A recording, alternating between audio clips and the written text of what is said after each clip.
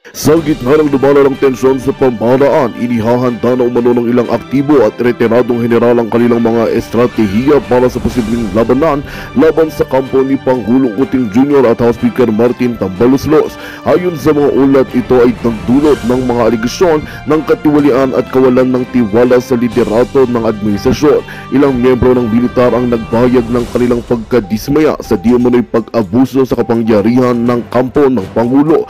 Ayon sa mga political at military analysts, ang naturang paghahanda ng mga general ay senyales ng malalim na pagkakawatak-watak sa hanay ng gobyerno at ng militar. Ang ganitong kilos ay maaring magdulot ng matinding destabilisasyon na maaring makaapekto hindi lamang sa pamahalaan kundi pati na rin sa seguridad ng bansa.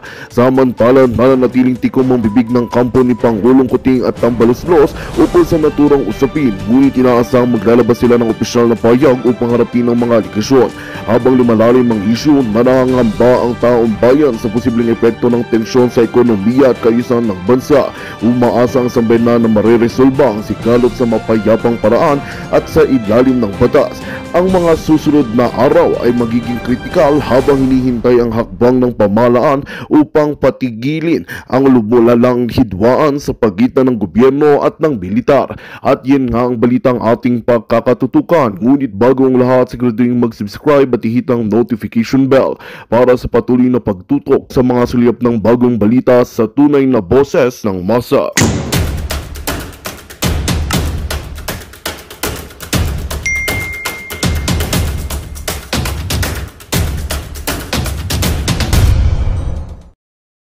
Pagka nakakuha ko ng kopya, depende kung one of these days kung pwedeng bisitahin, magbisita para magkausap-usap at saka wala namang masama eh. Yung nga sa Bilibid nga mga criminal yung nandoon, convicted, lahat naman sila inosente doon sa Bilibid. Ang convicted, na-try na ng korte, convicted, nag-appeal na, iba in the process ng appeal, pero sinabi ng Supreme Court, wala talaga. So, meron diyang, life sentence, iba, prison, correctional, iba, mayor, no? Iba, perpetual, no? Perpetua. Reclusion perpetua. O iba hardened, mga drug criminals, drug syndicate, drug ring, drug lord, mga ganun, lahat ng drug. Tapos yung iba, murder, rape, mga ganun ba. Nabibisita sila. Okay. So siguro naman, si Pastor Kibuloy, basta mag-register ka doon sa PNP, and then surrender mo yung cellphone mo, expect that, kasi ganun yung security, no? Nothing against the PNP. Trabaho lang yun. Custodial no? So, habang nandun siya, mga lawyer lang ang pwede pumasok. Pero siguro baka pwede makabisita. Because he still has rights as a citizen. Hindi pa nga siya nalilitis Okay? Kumakandidato yung tao. Gusto ko malaman yung kanyang plataforma ng harap-harapan para question and answer. Di ko naman pwedeng ma-interview at baka hindi papayag na magpasok ng cellphone. Unless nakausapin yung mga doon, pero baka mawalan ng trabaho yung gwardiya, yung warden. Kawawa naman, di ba? So, kung may bibisita, sunod lang kayo sa instructions ng custodial center. Trabaho lang yun, walang personalan. Okay? So, may iba yung kwento. Pagka kunyari, nanalo si Pastor Kibuloy, pagka nanalo, sorry, senator. Di ba? Marami na senator na in detention, nanalo. Trillanes was one. Binisita ko si Trillanes. May mga picture ako nun. Binisita ko si Trillanes sa custodial center sa PNP. Even at the risk na at that time, mainit na mainit, kasi coup-platter No? So, lahat ng bibisita, nire-record nila ko sino. Siga ako O tumingin pa ako dun sa CCTV. Hello, magano pa ako. Pag-asar.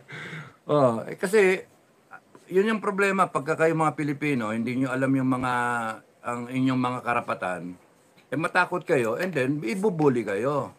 Ano ngayon, masama bang bumisita? Hindi pa ano si Trillanes at that time.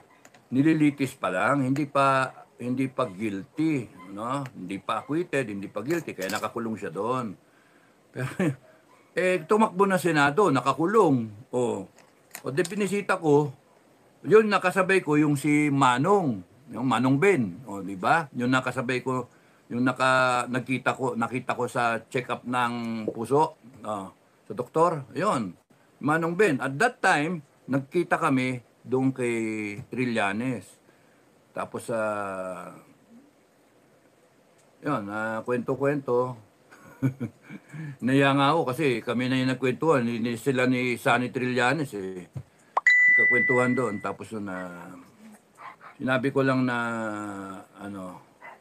na I'm coming there not as an upper class, not as a mayor, but as not even as a soldier but as a brother o constituent, no. Ang bala ko noon, ibibigay ko yung yung USB ng dissertation ko sa kanya. No, nandoon kompleto 'yun. Kompleto 'yun. Talagang spreadsheet 'yun. Naka-Excel file, no. Nandoon lahat, magkano yung expenditure mo ng itatanim na puno. Madam President, VP Sara, may nabanggit ka sa dun sa sa iyong press conference. Gusto niyo bang pag-usapan yung aming tree planting program? Ayaw niyo naman pag-usapan. Yun ang hirap Yung tao gustong kung ano yung madinig, pero yung accomplishment, no? Pero at the time, ang ano ko doon, ibibigay ko sa kanya yung USB ng aking supposed to be na dissertation na hindi ko na tinapos yung aking PhD kasi nga binigay ko yung kidney ko sa kapatid ko na hindi ako tumuloy na bumalik sa armed forces as a full colonel kasi nga nag-decide ako way dito bumalik ako full colonel, sigurado ako una ako sa lahat ng mista ko kasi at that time mga mista ko lieutenant colonel, ako full colonel, bigyan ako ng brigada, automatic mag-general ako. Okay? So ang kapalit, wag na lang ang bumalik, inyo na yan. Dito na lang ako sa kapatid ko. Sino ba magbibigay ng kidney? 1 milyon daw ang isang kidney. 1 million. Ang haba ng pila, 200. Ay, mama, matay. Sabi ko, sige, bigay ko yung kidney ko sa'yo. Ayun, napakasimpleng desisyon. Nung nakita ko, ako noon, nagka-consultant ako na walang bayad sa DENR. Punta ako ng bukid doon, pinadala ko ni Victor Corpus, General Victor Corpus. So maludo ko sa kanyang ganyan, sir. How can I help you? Kasi nandoon si Victor Corpus sa DNR, no? Sabi niya, puntahan mo nga yung Bukidnon Forest. Dapat bilyon ang kinikita niyan. Wala namang lugi. So you go there as my representative, as my consultant. Yun. Binigyan ako ng bayad ticket, tapos nung punta ako doon. Doon ako nag-Christmas, hanggang inabot ako 4 na buwan, November, December, January, February. Tapos balik ako. And with that, I was able to formulate yung aking dissertation. No? Candidate for ako sana ng PhD, Management, Doctor of Management. Hanep, no? Doktor din sana ako, no? Kaya yung mga gago na nagmamalit dyan sarap batukan. Kapitan lang yan. Mga banat ng banat ibang kasi, mga ibang Pilipino, not worth dying for, no? Not worth dying for, not worth saving. So, pagdating ko dun sa, nag-decide nga akong sayang yung USB. Sayang, pinag-aralan ko to, pinag-ganuhan ko, 4 na buwan ako doon, walang bayad, sarili kong pera na nag-ano ako. Kasi hindi na ako nakasingil Kasi nag-resign naman si Victor Corpus. Sabi ko, pag iniwanan mo ako, sinubo mo ako roon, tapos iniwanan mo ako. So, sorry maingay yung aso. So, yun yung dating. At, pero nagawa ko naman yung ano ko, yung lahat ng information, lahat ng data, lahat ng picture, kompleto. Hindi pa nga uso masyado mga cellphone noon eh. So pagdating ko doon, sabi ko, sayang naman to. Punta ako kay Trillanes. So pagdating ng 2007, kasi ito, nangyari ito 2004 eh. And then yung operation, nangyari mga 2004, 2005, mga ganon. I decided 2004 yun. Parang thereabouts, 2003, 2004 because parang napasyal lang ako eh sa isang officer eh, sa isang upper class eh. Oh sir, kamusta na? Oh, kamusta na sir? Nadaan lang ako dito sa Port Bonifacio eh. Oh, tama-tama, ikaw ang sagot ng ano, ikaw ang hulog ng langit. Bakit sir? Bakit sir? Anong problema? Gusto mo bang bumalik sa serbisyo? Oh. Bakit sir? Busin mo yung Abu Sayyaf. Oh, sabi nga gano'n. Busin mo yung Abu Sayyaf. Gano'ng katagal mo kailangan mo? Sasabi ko, sir, kung talagang seryoso, kompleto ng ano, ng gamit, hindi na dapat umabot yun ng ano, ng isang buwan yata, sabi ko, 3 buwan eh. Basta may kompleto ka na intel, kompleto ka na ano, bigay mo sa akin yung full control. Kompleto ako, meron akong helicopter gunship, meron akong tangke, may 105 ako, and then may tropa ako. Gaano kalaking tropa? Ikaw, brigade minus, gusto mo? O regiment? Uy, pang ano yun, sir ah? Pang kernel yun ah. Kaya nga, pasok ka full kernel. Sir, wala akong ano ah, wala akong advance, wala akong CGSC. Kaya naman. Hindi, madali yun. Pagkabalik mo, padala ka namin sa Amerika. Oh, doon ka, mag-advance ka na. Pagkatapos mong mag-advance, nakatago ka. Pagkatapos mag-advance, diretso ka ng Levy North. Pucha, si Jessica. Tapos pagbalik mo dito, pre-command course ka. And then, ayun na, ina-assemble namin yung ano mo, yung brigade mo. Puchang. Hanip ano. Once in a lifetime na mga offer yung mga ganyan eh, no? Pero maraming salamat sa upper class na nagtitiwala. No, kasama namin nila General Cañeso na nagtitiwala na alam yun ang pinagagawa ko namin dun sa ano eh, dun sa yung ginanong-ganon namin ni liquid ginano mga kalaban ba. Kasi merong magic eye, yung merong nag-identify. Yan sir, yan sir. Yan sir, yan sir, yan sir. Oh. May 10 ako na ex-convict. O, di po siya tsaka isang sarhento. O, di 11. Tsaka ako, dirty dozen nga eh, yung tawag noon. Terminator call sign ko eh. Hannibal, Terminator. Oh, so, mabait ako. Mabait ako, hindi ako makapatay ng ipis. So, yun yung ano, so, wineway ko, pero yun nga, kapatid ko, inuna ko. Pero kung nag-isip ako ng sarili, ay pucha, chief of staff ako. Walang ano yun, walang beyond contestation yun. Kasi senior ako eh. Kasi aakyat ako ng ilang palapag. Matatalo ko class 82, kakabit ako class 81 eh. Kundi kaya doon ako sa itaas ng class 82. So pagdating ng promotion, una ako mag-general sa klase. Ang klase namin, ang unang nag-general si Romy Tanalgo, kababata ni ni Commander Bukay. Talagang parang yung bituka namin ni Bukay criss-crossing yung mga common people around us. Tanalgo na siyang dapat yung kalabang ko or yung hindi naman kalaban eh. Malay ba niya na nire-recommend sa akin yung tag doon.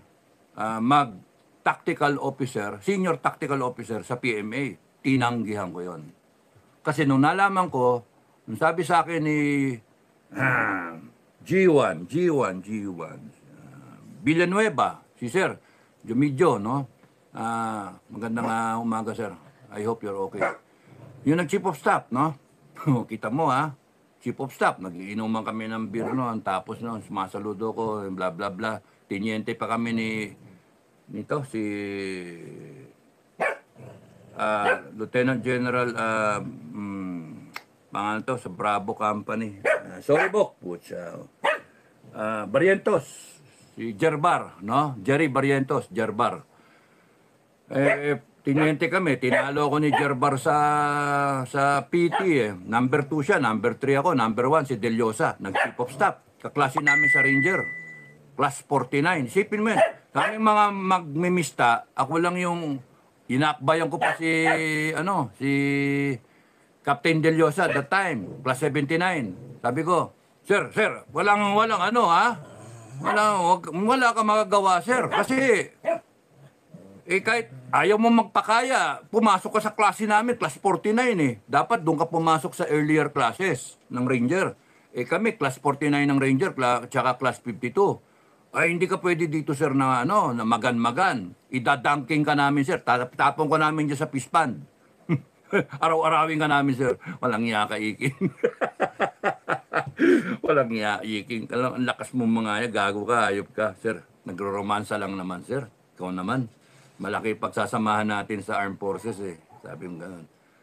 Ilang ligo lang ang lamang mo, tapos ngayon, magkaklase pa tayo sa Ranger. Therefore, body, sir. Tapos, mista! Ginaganon ko. Mga class 79, magalit man kayo o matawa, pero yun yung actual. Jesse Deliosa, sir. Snappy yan eh. Delta Company yan. Kaya, you see yung layout ng class 49, Captain Deliosa, naging chief of staff. Yung G1 ng PA,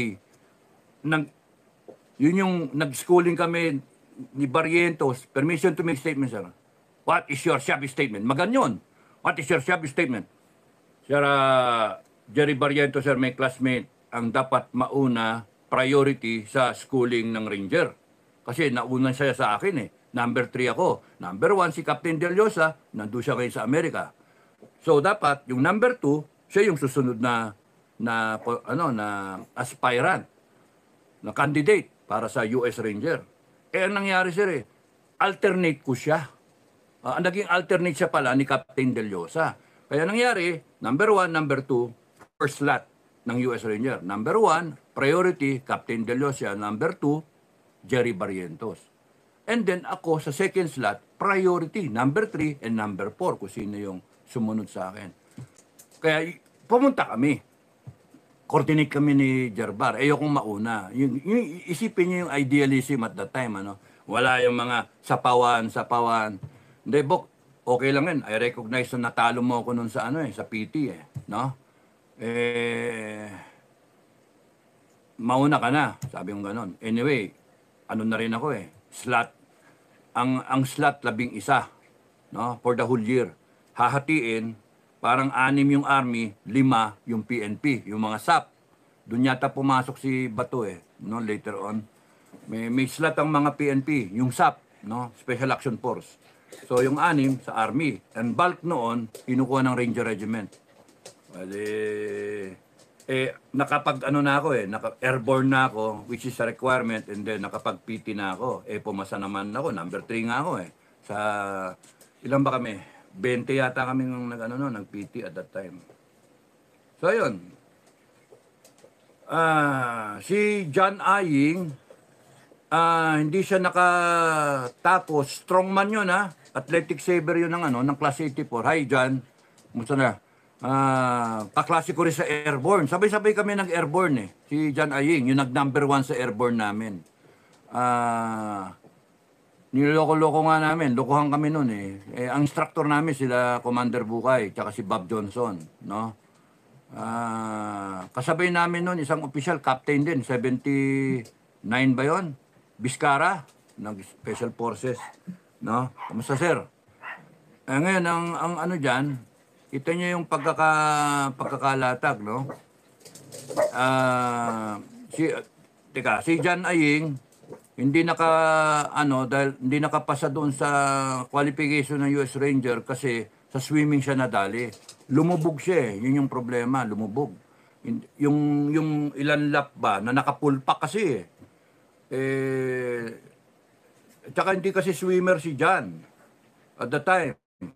Pero blessing in disguise. Kasi, kung hindi ka pwede sa US Ranger, nakakuha siya ng slot sa British Commando. Yun ang maganda ron eh. Sa Mistako, ang British Commando, dalawa. If I remember. Si Kidilya, na siyang pinalitan ko sa Cagayan Valley. Kasi nag-usap kami, galing na ako sa Ranger, sabi niya, request niya, Bok, ay, pwede ba palitan mo ako rito? Nasa Cagayan Valley siya. Bakit? Ito yung destiny ha. Destiny ha. Kasi hindi ako makakakuha ng British Commando dahil sa nandito ako eh. Operate kami ng operate under Colonel Aguinaldo. Ano gusto mong mangyari, Bok? Magpalit tayo. Kasi ako naman, yung kumpanya ko, nababalikan kong Davao, pinull out na for retraining. Di na lang ngayon sa Port Bonifacio for retraining. S4 ako doon. S4 o ICXO. Samantalang si Kidilya, S4. Ang XO doon si Andy Andres, no? Fred Andres. Ang commanding officer, Detabali, Rolly Detabali, naging Lieutenant General yon, Area Commander. Tapos doon, si Andy sa J1 yata napunta, no? Kaya nga kung titingnan mo nung pinalitan ko si Andy, si Kidilya, nakapag-schooling siya, British Commando, dahil sa ako yung nandoon, di kami yung naging operator ni Colonel Aguinaldo, striker, tsaka si isang mista na namatay, nung Colonel na, si Caldeo, Bert Caldeo. So nung nandun doon kami nabot. Pinuntahan kami ni Honasan doon, nagkita-kita, nagkakilala. First time ko nakilala si Honasan, nadidinig ko lang siya sa mga bali-balita, sa dyaryo, nakikita ko. Nagkakilala and then, boom, kudeta na. February Revolution na. At the right time, in the right place. And then, bumaba ako, pinutusan ako ng aking CO, panigurado, tiktikan kung ano nangyayari sa Ranger Regiment kasi baka hindi namin alam kung kleng-kleng bang-bang si Colonel Aguinaldo na baka naging utak NPA na kasi panay NPA yung kasama ni Colonel Aguinaldo, panay surrendery. So bumaba ako, pabor sa akin yung pagbaba kasi sabi ko kay Captain Detabali at that time, Sir, mas maganda sigurado sir kasi baka hindi ako kumpiyansa na yung baril natin ibibigay natin sa isang transport sa isang transport na vehicle and then bababa siya, hiwalay. Ayoko miwalay sa baril. Sabi ko, kung pwede nga sir, yung sundalo natin, kung bababa, yung first company, kung bababa, kasama yung baril. Hindi yung bababa yung first company, naka-bus, civilian bus, naka-civilian, pupunta sa Aguinaldo, doon makita-kita, and then yung mga baril, mauuna sa Aguinaldo. Sir, mahirap yung ganun sir. Issue sa atin yung baril O, tama ka, sabi ni Captain Detabali. Kaya, mauna ka. Nauna ako. Mga 2 days before, pumutok. Yung sa Malacanang, nahuli si, yung Dick Morales, no? Dick Morales, si, pangalan nun, yung course director sa SRTU, si Colonel Major Brillantes at that time, at saka meron pang isa, yung nakaaway ni Mistako, ni Caldeo, si Arumin, no? Nakita namin nasa TV na parang bugbog sarado sila no? Tapos yun nalaman, may kudeta, tapos sila na Honasan, nandun sa Pasig River na, nagre-river crossing na, nagkaalaman, aborted. Punta sila ngayon sa Camp Aguinaldo. The rest was history. And then, ako, dahil sa nandun ako sa Ranger Regiment, dahil sa pinalitan ko sa first company yung Mistako, na para mag-schooling, nag-sacrifice ako, ina-assign na ako saan ba ako ina-assign? Magsaysay. Para maging, doon, course director o instructor sa Ranger. Sabi ko, sir, habang bata ako, pakinabangan niyo ako, patay kong patay dalhin niyo ako, sir, sa field duty. Volunteer pa ako Tama-tama, sige, Dilya. Kaya, switch ako. Kasi galing ako Mindanao, gusto ko makompleto Luzon, Visayas, Mindanao. So nagpasign ako sa Luzon. Yun yung ano, yun yung kwento. Sabi ko, i-assign niyo ako diyan sa Magsaysay, ano gagawin ko diyan? Is a God forsaken place. Tapos na, magbababae lang ako diyan. Sayang. Ranger ako. Let me apply kung ano yung natutunan ko. Ganon. And then, pasign ako doon. Doon ako inabot nga ng February Revolution. And then, nung nasa Manila na nga ako, Ranger Regiment, tinutusan ako. Kasi ako lang yung may civilian na sasakyan. Dodge Colt at that time. Sunduin ko si Cañeso, who was then the acting commanding general of the army. Tumayo na siya, dalawa na yun. Si Ramas, and then si Cañeso. So sinundo namin, kasama si Major Hunggo, tsaka si Gatdula. Hunggo is kilala ni Commander Bukayan, SF yun, snappy rin yun. Practical, at tsaka Siga. Kasi yung Ranger Regiment, halo-halo yan, SF tsaka SR no? So, bagong unit pa lang November ng 85. No? Tapos nun, dating SWAB, Special Warfare Brigade, and then ginawang regiment nga, and then mga line company. At that time, inabot ng 9 companies, and then 2 batalyon, 1st and 2nd Ranger Battalion. Meron pang pangatlo, Mountain Battalion. No. So kami magmimista, ang dami namin, hiwa-hiwalay kami. Yung number 1, si Pompeo Dario. Number 2, 2nd Company, si Bert Caldeo. 3rd Company, Sani Gadot. Kasama natin ngayon sa Filipino Guerrilla Forces. Si Sani Gadot, number 1 yon sa army namin. Dapat na general yon, kaso inabot ng retirement. Magaling yun si Sani. Matalino yun. Okay. Tapos nun, number 4, si Bautista. 4th Ranger Company. Yun ang tanda ko number 5th Company, wala. Kasi nandun si Bien Casis, no? Class 82. Bien Casis. And then, 6th Company, ako. 7th Company, Pebyar. 8th Company, dapat ako. Pero dahil sa, ewan ko, baron daw ako no? Nung tinanong ni General Browner, class 57, sino dito yung baron? O di, ayaw ko pang magpakilala, tinuro ako ng mga mista ako. Iking sir, tinanong, where are you assigned? Kasi ang ginawa ko, nung dumating kami doon, pili kayo. Sa huli na ako. Kahit saan ako ilagay, Bok, wala naman sa unit yan Nasa tao. Kung magaling kang commander, gagaling yung unit. Kung pangit yung lugar, gaganda yung lugar. Kasi yung sarili mong kumpanya o detachment o whatever, mapapaganda mo, magtanim ka. Or yung kung maraming kalaban, maraming ambush, mamatay lahat yung rebelde na yun kasi upakan mo na upakan. Yung ganun ba? Patrolya ka lagi. Yung ganun, sipag ka lang.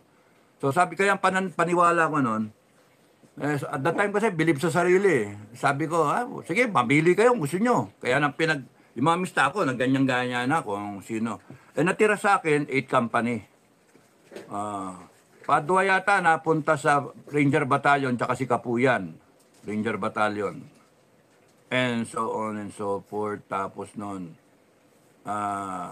si Dario umalis. Ewan ko ano nangyari kay Pompeo Dario. Ang pumalit, si Kidilla.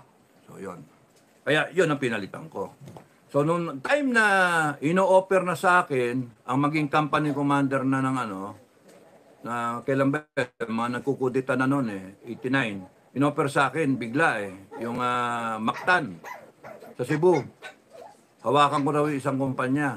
Yung pala, ang tasking, Mactan Air Base. Hawakan, upakan, ganun ba. 89-2. Ayoko pumayag. Sabi ko, sir, pass ako, pass. Ayoko. Kaya yun, akala nila takot na akong mag-field duty. Hindi naman takot. Kasi nga, kahit ako EDCAM, nagpi-field duty rin ako. Yun ang di alam kasi ng mga mista ako. Hindi alam ng mga tao. Kahit ako EDCAM, nagpapatrolya ako. Yung commanding general ko, Inbe. Saka nakakita, EDCAM ka na. Babanatan pa, Iking, may positive. Positive. Ano to Off the record. Kaya di ko ma-vlog yung iba eh. Off the record ha, off the record. Puntahan mo, banatan mo. Magandang balita ang hatid namin sa inyo ngayong araw. Sa pagtatapos ng aming balitaan, nagbigay kami ng mga mahalagang impormasyon. Maraming salamat sa pagtutok at pagsuporta sa aming programa. Huwag kalimutang manatili sa mga susunod na araw para sa mga bagong balita at mga kwento na dapat nating abangan. Mula sa Boses ng Masa, magandang araw Pilipinas!